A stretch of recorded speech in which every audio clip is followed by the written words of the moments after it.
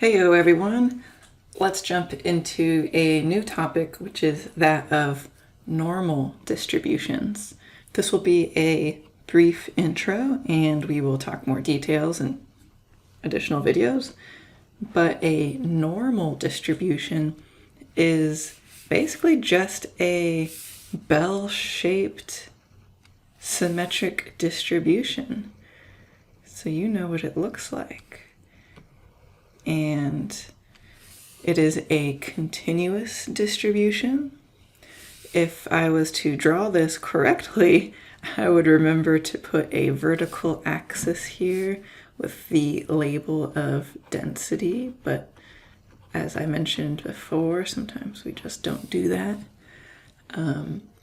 The horizontal axis should have the name of your variable as usual, and usually that's capital X, or maybe it's capital Y, whatever suits your boat.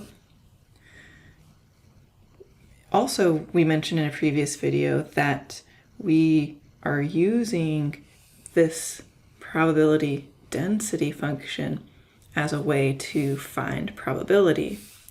So you might have some region of interest, maybe like these blue tick marks, from here to here, and the corresponding area would be the probability of observing values between those blue tick marks. So finally, we'll discuss how we actually find those probabilities.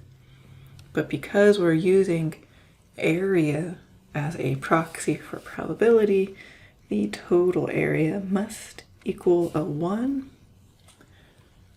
In this new set of topics, we will explore the empirical rule and how we got some of those values. Remember, like the 68, 95, and 99.7% values associated with the empirical rule. We'll kind of validate those finally. What else? This density function is always positive, and that's on the vertical axis, y-axis. Because you can't have negative probability, so you can't have anything getting shaded down here in the orange. That doesn't quite translate. Lastly, the way that these distributions, normal bell-shaped distributions, are defined, they are defined by where is the center, which is, because it's bell-shaped, we use the mean, and how spread out is this distribution about its center. So we also use the dispersion or spread quantity given by standard deviation. So we've got our two best friends, mean and standard deviation. And so those are the baseline qualities that go into a normal bell-shaped distribution. Let's look at an example here just to kind of get our feet wet. The height of calla lilies are normally distributed with mean 30 inches and standard deviation of 2 inches, and that is referring to their height. So we've got some descriptors here about the heights of calla lilies, and we know how they are distributed. And certainly we can write the sentence every time, but we often shorthand this. So for one, I'm going to shorthand our variable. I'll use the letter X today. X is going to represent the heights of these plants.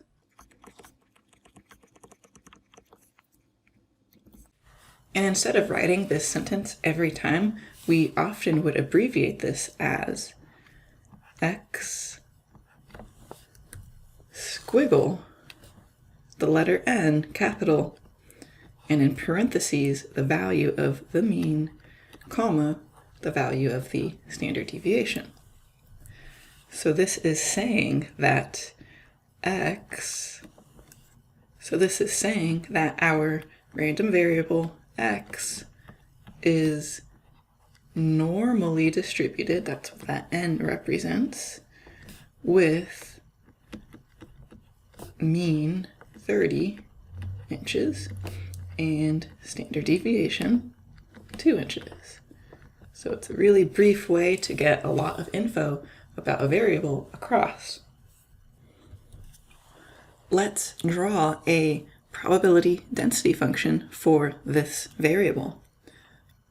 Okay, so I've got an axis and I should label it x, or maybe even just height, a little bit more descriptive. And we know that these heights are normally distributed, so I can draw a nice distribution there. I know the mean of these heights is 30 inches. Maybe I should even put inches over here.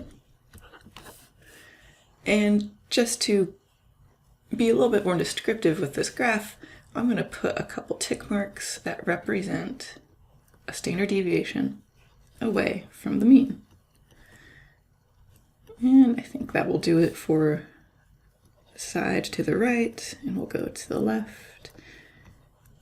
And a fun fact, the first standard deviation from the mean is supposed to occur at the location in which the normal curve goes from being concave up to concave down.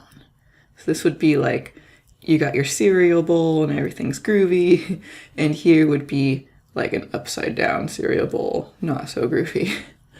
There's a little fun fact. I try to draw it reasonably well, but can always use improvement. And from the empirical rule, we know that one standard deviation away from the mean to the left and to the right should encompass about 68% of observations. Again, one more standard deviation to the left and to the right should encompass approximately 95%. And 3 standard deviations below and 3 standard deviations above the mean should encompass most, but not all, of the distribution, 99.7%. And we did this in a previous video, but I still think it's pretty fun to do because we can sort of find the areas in each of these wedges. Because of the symmetry of this function, each of these wedges should be half of 68%. So we know that's 0.34. The next wedge should be, I don't think I'll have space there, 13.5%. The next wedge, even less of a percentage of observations. I believe that's 0.0235. And the very, very end here, maybe I'll use a different color so I don't get mixed up. It's a very small proportion of observations, 0.15%. And because of symmetry, that would also apply on the right side of the distribution. Now, if I asked you a couple questions about this variable, say I wanted to find the probability that x, the random variable for heights, is less than 28 inches, you should be able to determine that using the empirical rule, that is 0.16. Now, what if, though, I asked, what is the probability that our random variable is less than 0.29 inches?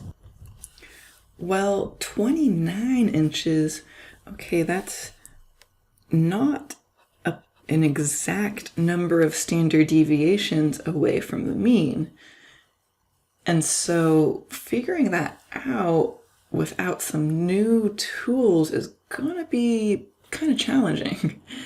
Unless we want to implement calculus, we need a new way to determine these areas, not just at these discrete locations, right? Because this is a continuous variable. We should be able to find probabilities not just at 30, 32, 34, etc., but all throughout the values of this variable. You know, if I did 29.1, I should be able to figure that out. And so that's what we're going to talk about in the next video, next video, when we will talk about standardization. And we will see where we got these empirical rule values. We'll validate them, and we'll be able to find probabilities for any normally distributed variable. See you there.